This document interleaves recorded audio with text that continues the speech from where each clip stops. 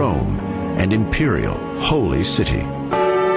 Ivan brought in the finest architects from Italy. He charged them to raise monuments to God's glory and Moscow's power. The Kremlin becomes a sacred Christian center. That is where the great cathedrals of Moscow are built. You might liken it to the imperial city in Beijing and the Chinese emperor's sacred inner city. For a finale, Ivan's architects enlarged and restructured the Kremlin fortress itself. They encircled it with stone ramparts 16 feet thick and crowned by 19 towers. A royal city within the city, filled with palaces, armories, and churches.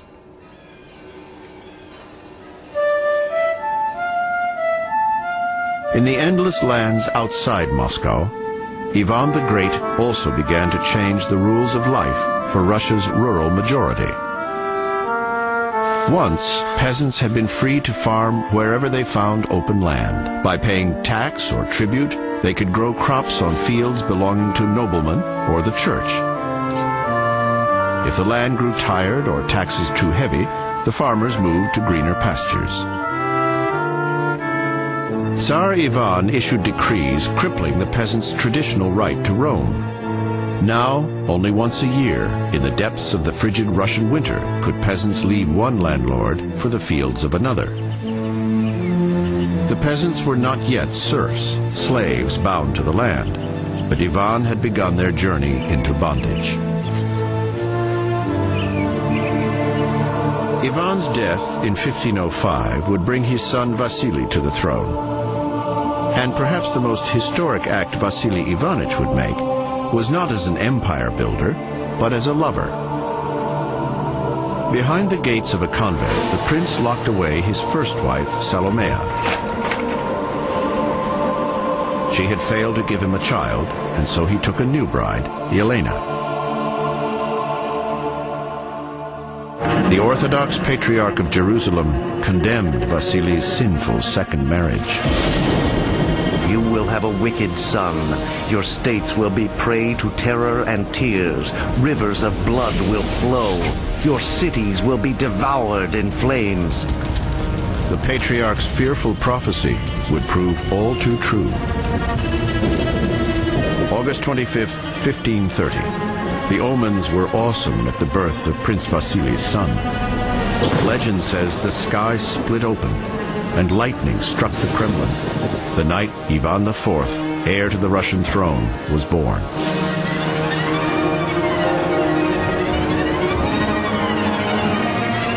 Bells spread the news across the land.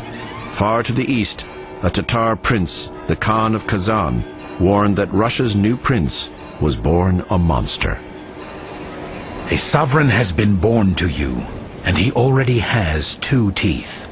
With one, he will devour us. With the other, he will devour you. The tyrant history would remember as Ivan the Terrible had been born. But almost from birth, young Ivan was a prisoner of the Kremlin and its intrigues. The death of his father Vasily, when Ivan was only 3, set off a deadly power struggle. The young Grand Prince watched as Russia's powerful noblemen, the boyars, fought for control. Moscow's high priest, the Metropolitan, was battered and broken before his eyes. The boyars ruled. They ruled very poorly. Each one of these cliques tried to steal as much as possible, to grab as much property as possible, to break the treasury. Between his birth and by the time he came of age, in 1547 and became crowned Tsar, there are at least 14 murders that took place. Bitter intrigues swept the Kremlin. Even Ivan's mother, his crown regent, may have been a victim. She died when he was just 7, poisoned, some claimed, by rivals trying to seize the powers of the throne. As he came of age in a climate of violence, Ivan soon showed a cruel streak. When he became an adolescent, he was quite wild. Sometimes he would amuse himself by throwing dogs and cats out of the belfry of the Ivan the Great Cathedral, so the cruelty had been nurtured in him from his childhood. Whenever he could, he escaped outside the Kremlin. He hunted, he read, and he plotted his revenge. According to some accounts, it was at a Christmas banquet in 1543 that the 13-year-old prince made his first deadly play for power. His rival boyars gorged themselves. The young Prince Ivan stood up and accused the powerful Shuisky family and others of treachery. "You have all conspired to steal my throne," the boy said. "But I will be satisfied if one among you, Prince Andrei Shuisky, is punished."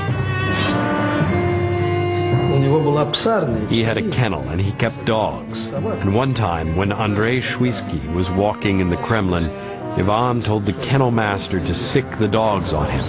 And the dogs ripped Prince Shuisky apart. Shuisky's death was Ivan's warning to boyars who dared usurp his powers.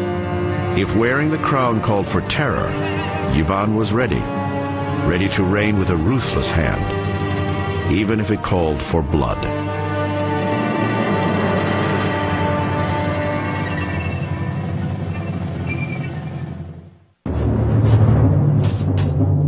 Murder, intrigue, treachery. Prince Ivan of Moscow came of age watching boyars wage a ruthless struggle for the power of his crown. When the time came to claim his birthright, the Grand Prince made it clear. The boyar struggle was over. The crown and the power belonged to Ivan alone. January 1547, the cathedrals of the Kremlin glittered with splendor for the coronation of Ivan Vasilievich. Not content to be crowned merely Grand Prince, 16-year-old Ivan reached into the past for the authority of an emperor. He resurrected a title used only occasionally by his grandfather, Ivan the Great, the old Russian word for Caesar, Tsar. The formal adoption of a coronation ceremony of Ivan IV as Tsar was part of the process of transition from a Muscovite principality to a Russian empire. The term Tsar is not an official title. It's not going to become an official title for the Russian rulers, the Muscovite rulers, until Ivan the Terrible in 1547. The first prince formally crowned Tsar, Ivan's imperial title echoed the awesome scope of his realm.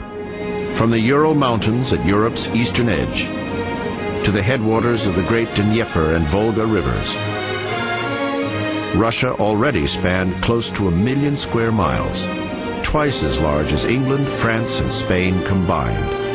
And across all that land, one man reigned supreme. Under Ivan, all power was concentrated in the hands of the Tsar. The aristocracy held no hereditary land or power.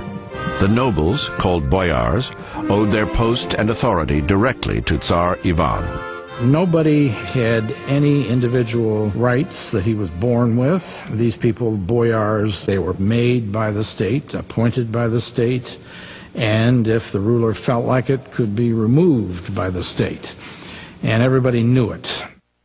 The Tsar's powers were absolute, a tradition Ivan's successors would defend to the death of the Russian Empire. If we are to say that our people still, to this day, have some affinity for the monarchy, the foundation for this was laid by Ivan the Terrible. He preached the ideology of autocracy. Even with all Russia at his command, Ivan wanted more. He dispatched armies to expand his dominion, east and west. Under its new Tsar, the land commonly called Muscovy would become a nation of nations, a true empire. Usually when one talks about empire, one talks about absorbing other kingdoms and making them part of one's own dominion.